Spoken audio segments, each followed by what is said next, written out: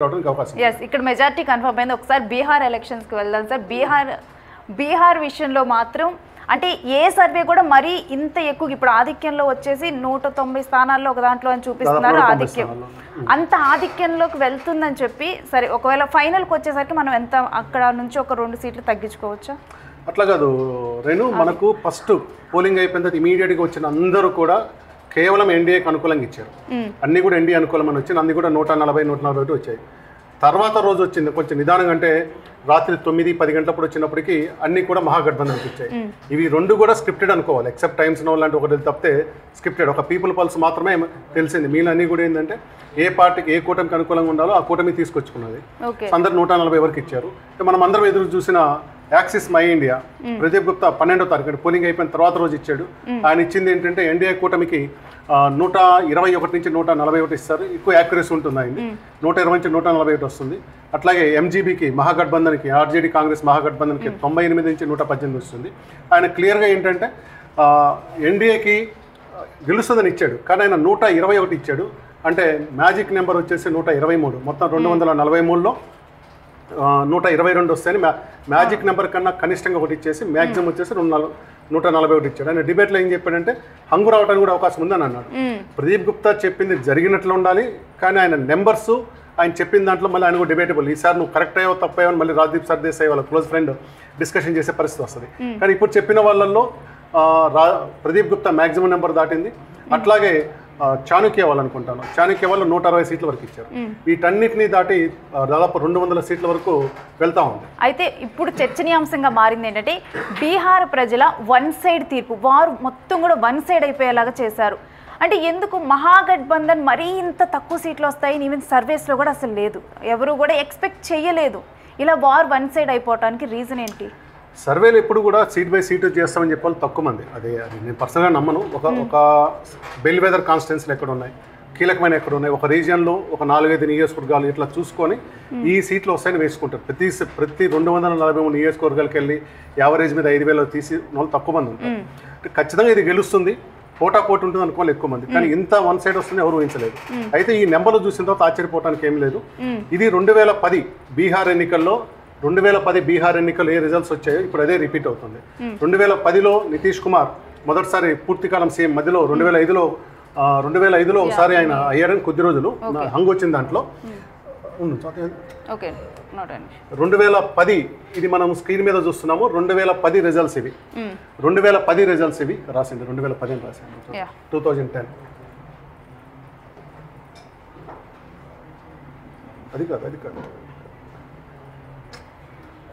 అది కాదు నో తీసేయండి. రైట్ ఇదే సార్. దీని క్లోజ్ చేసి బ్యాక్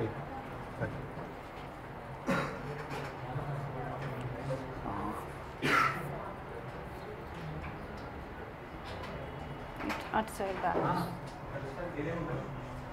డిలే బ్యాక్.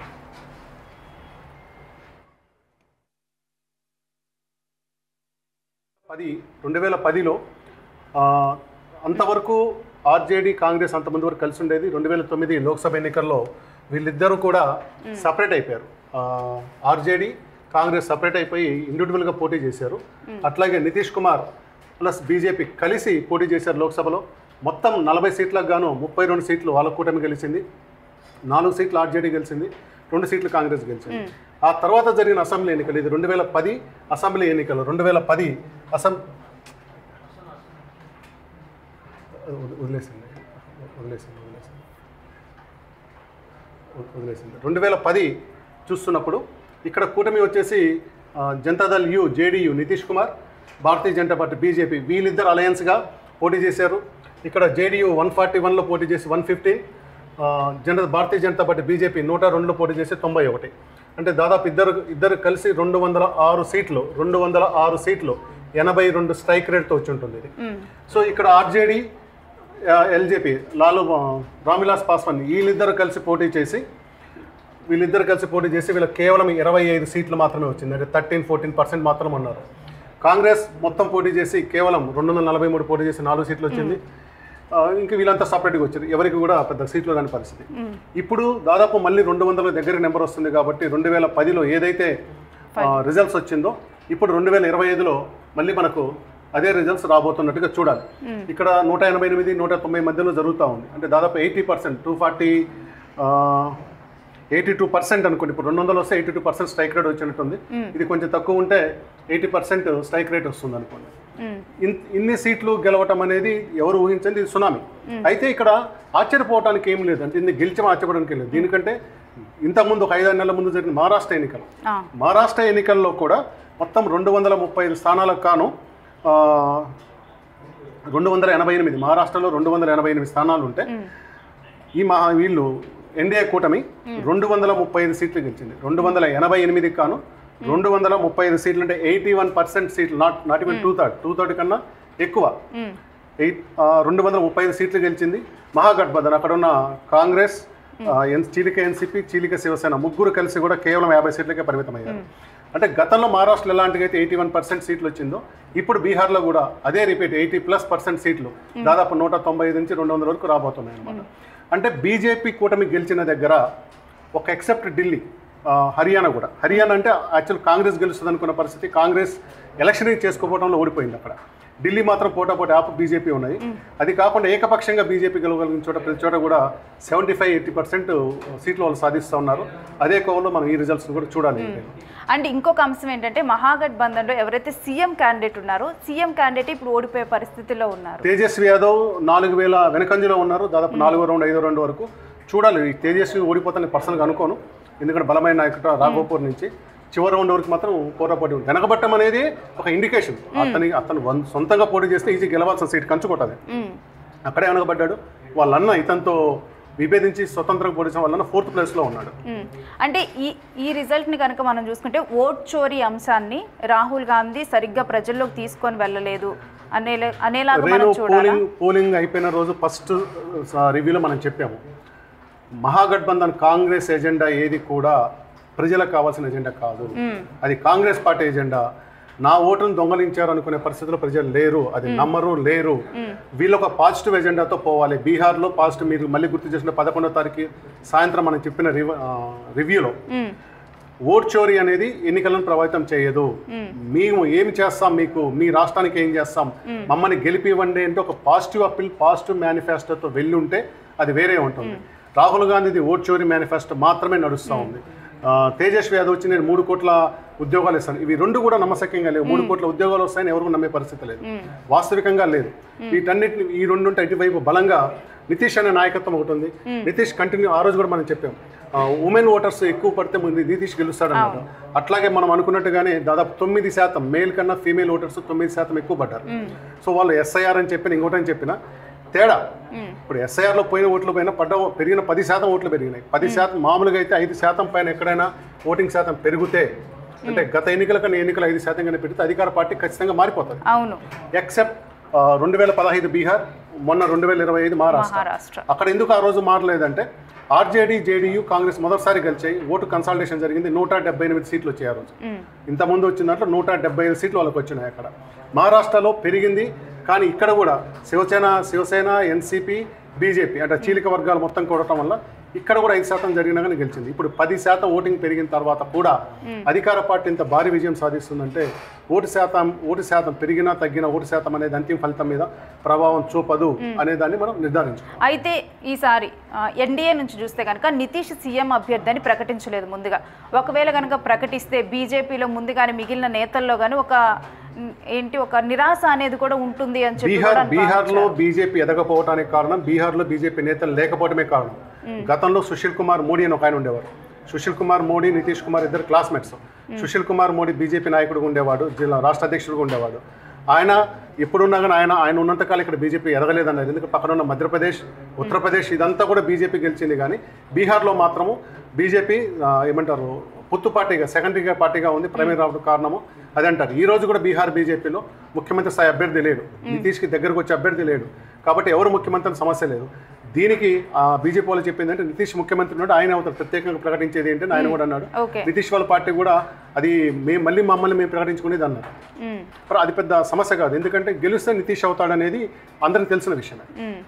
ఎందుకంటే ఆయన సిట్టింగ్ గత 20 ఏళ్ళ నుంచి 2010 నుంచి ఆయనే ఉన్నాడు కదా, కాబట్టి ఆయన ఆబ్వియస్గా ఆయన సీఎం అవుతాడు అనేది ప్రజల్లో ఉన్నారు. అయితే ఇప్పుడు నార్మల్గా ఇప్పుడు పార్టీల వైజ్గా చూసుకున్నా కానీ ఇప్పుడు బీజేపీ ముందుగా కొనసాగుతూ ఉంది. మనం ఇక్కడ కూటమిలో చూసుకుంటే ఎన్డీఏ కూటమిలో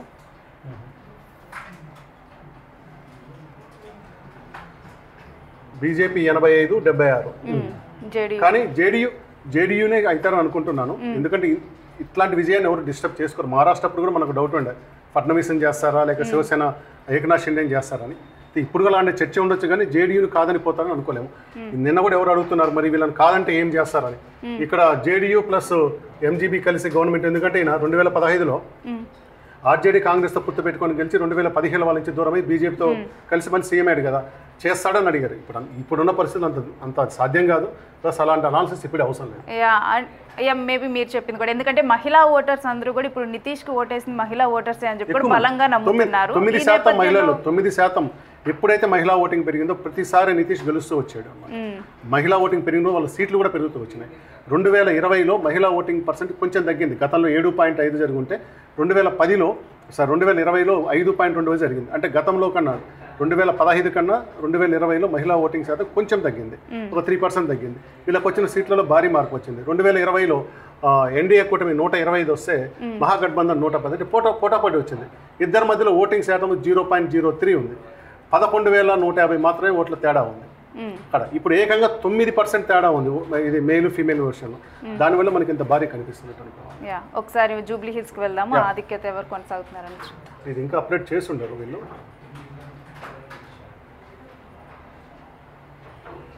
ఇంకా 4th రౌండ్లోనే ఉంది. నాకు తెలిసి దాదాపు 7th రౌండ్ కూడా అయిపోయి ఉంటుంది. 7th రౌండ్ కూడా అయిపోయి ఉంటుంది. బహుశా వాళ్ళకు 17-18 వేల దగ్గర 20,000 మెజార్టీలో కొనసాగుతున్నట్టుగా మనకు అప్డేట్ ఉంది. కౌంటింగ్ సెంటర్ నుంచి మన సాయి వాళ్ళు పంపిస్తున్నట్టుగా 20,000 మెజార్టీ దగ్గర ఉన్నారు. ఇంకా 3 రౌండ్లు ఉంది. ఇంకొక 6 నుంచి 7,000, దాదాపు 25-30 మధ్య 28,000 మధ్యలో రావడానికి అవకాశం ఉంది. బీజేపీ అభ్యర్థి లంకల్ దిక్కపరెడ్డి కౌంటింగ్ సెంటర్ నుంచి బయటకు వెళ్ళిపోయారు. ఆయనకు మొదటి నుంచి మనం ఆ రోజు కూడా డిపాజిట్ వస్తే మనం చాలా ఆశ్చర్యపోవాలి. జూబ్లీ హిల్స్లో ఏ రోజు కూడా వాళ్ళకి డిపాజిట్ రాలేదు. ఒకసారి మాత్రం 24,000 ఓట్లు వచ్చాయి కదా, అది 14%. డిపాజిట్కి రావాల్సిన 16.6% వాళ్ళకి ఎప్పుడు రాలేదు. కానీ ఇప్పుడు కూడా వాళ్ళకి ఆశ ఏం లేదు. మరి ఆయన బయటకు వెళ్ళిపోయారు. ఇంకా మాగంటి సునీత అంటే ఎక్కడైతే వీళ్ళు ఎక్స్పెక్ట్ చేశారో బీఆర్ఎస్కి ఒక ఎడ్జ్ ఉంది అని చెప్పి ఎక్స్పెక్ట్ చేసిన ప్రాంతాలు, వీళ్ళ సామాజిక వర్గం ఎక్కువగా ఉన్న ప్రాంతాలు, వాటిలో చూసినా కానీ బీఆర్ఎస్ అక్కడ ఓటు మొత్తం కూడా కాంగ్రెస్కి కన్వర్ట్ అయింది అంటున్నారు. అంటే బీఆర్ఎస్కి మొదటి నుంచి షేక్పేట, బోరబండ ఈ రెండింటి మీద ఎక్కువ అంచనా ఉండే. తర్వాత కొంచెం వెంగళరావు నగర్ ఉండే. షేక్పేట మాత్రం అనుకున్నట్టుగానే బీఆర్ఎస్ ఓట్లు పడ్డాయి. కేవలం 62 ఓట్లు మాత్రమే కాంగ్రెస్ అభ్యర్థికి వచ్చాయి. అసలు షేక్పేటలో ఎన్నిక చేసింది కాంగ్రెస్ కాదు, ఎంఐఎం చేసింది. ఎంఐఎం ఎమ్మెల్యేలు నిలబడి అక్కడ ఓటింగ్ ఇచ్చారు. ఏకపక్షంగా వచ్చి ఉండాలి. అక్కడ 4-5 వేల మెజార్టీ వచ్చి ఉండాలి. రాలేదంటే బీఆర్ఎస్ బాగానే పడ్డట్టున్నాయి. తర్వాత బోరబండ నాకు తెలిసి చివరి 16-17 రౌండ్లకు వచ్చి ఇప్పటికి అయిపోయింది. అక్కడ మాత్రం ఖచ్చితంగా నవీన్ యాదవ్ టీం గట్టిగా హార్డ్ వర్క్ చేసుకున్నారు. లోకల్ ఫ్యాక్టర్ అయితే రహమత్ నగర్లో ఉంటాడు యూసఫ్ కూడా, రహమత్ నగర్, బోరబండ, వెంగళరావు నగర్ ఇవన్నీ కూడా కనెక్టెడ్గా ఉంటాయి. ఒక షేక్పేట మాత్రమే మనకు మొహిదీపట్నం వైపు అటువైపు ఉంటుంది. అంటే హైవే కాడ దిగిపోవాలి, ఫిలిం నగర్ దిగిపోవాలి. అక్కడ కొంత డిస్కనెక్టెడ్గా ఉంది. ఇవి 4 కలిసి ఉన్న ప్రాంతంలో లోకల్ బాయ్, ఇది మా స్థానికుడు అనేది ఉంది. ముఖ్యంగా యూత్లో ఇతను మొదటి నుంచి కూడా క్రికెట్ టీమ్స్ ఎంకరేజ్ చేస్తుండేవాడు. అక్కడ ఉన్న వాళ్ళు ఎక్కువ మంది తనతో ఏదో ఒక టైంలో క్రికెట్ ఆడిన వాళ్ళే. ఆ ఫ్యాక్టర్ బాగా పనిచేసింది అనుకోవాలి. యూత్ ఫ్యాక్టర్ కాంగ్రెస్ ఇక్కడ బాగా వర్క్. నవీన్ స్థానికుడు కావడం కూడా బాగా పనిచేసింది ఇక్కడ. సో ఓవరాల్గా బీహార్ ఎన్డీఏ సీట్లు అటు ఇటు మారినా కానీ 190కి అటు ఇటు వస్తుంది. ఇక్కడ ఒక 25 నుంచి 28 వేల మధ్యలో బీఆర్ఎస్ ఇక్కడ గెలుస్తున్నట్టుగా భావించాలి. Yes, thank you for your analysis sir. మళ్ళీ కూడా మనం కంటిన్యూ చేద్దాము. ఒక్కసారి ఇవన్నీ కూడా కన్ఫర్మ్ అయిపోయిన తర్వాత అసలు సర్వేలు చెప్పింది ఏంటి, ఎక్కడ ఎవరు ప్లస్ అయ్యారు, మైనస్ అయ్యారు, ఏంటి ఎవరు స్ట్రాటజీస్ వర్క్ అయ్యాయి, వర్క్ కాలేదన్న విషయాలు కూడా మళ్ళీ మనం మాట్లాడదాం. సో పొలిటికల్ అనలిస్ట్, సెఫాలజిస్ట్ శివారాచర్ల గారి అనాలిసిస్ని మనం విన్నాం కదా. ఇక మళ్ళీ కూడా యూటీవీలో ఇదే అంశానికి సంబంధించి ఒక్కసారి కనుక ఎవరి మెజారిటీ ఏంటి, ఎవరి సర్వేస్ వర్కౌట్ అయ్యాయి, ఎవరి సర్వేస్, ఎందుకంటే బీహార్ ఎలక్షన్స్ చూస్తే కనుక ఎస్పెషల్లీ అక్కడ సర్వే చేసిన వాళ్ళు కూడా వెయిట్ చేస్తూ ఉన్నారు బీహార్ పీపుల్ పల్స్ సరిగ్గా పట్టుకోగలిగామా లేదా అని. అవన్నీ కూడా యూటీవీలో అనాలిసిస్ చేద్దాం. మరలా కూడా శివారాచర్ల గారితో. Keep watching UTV.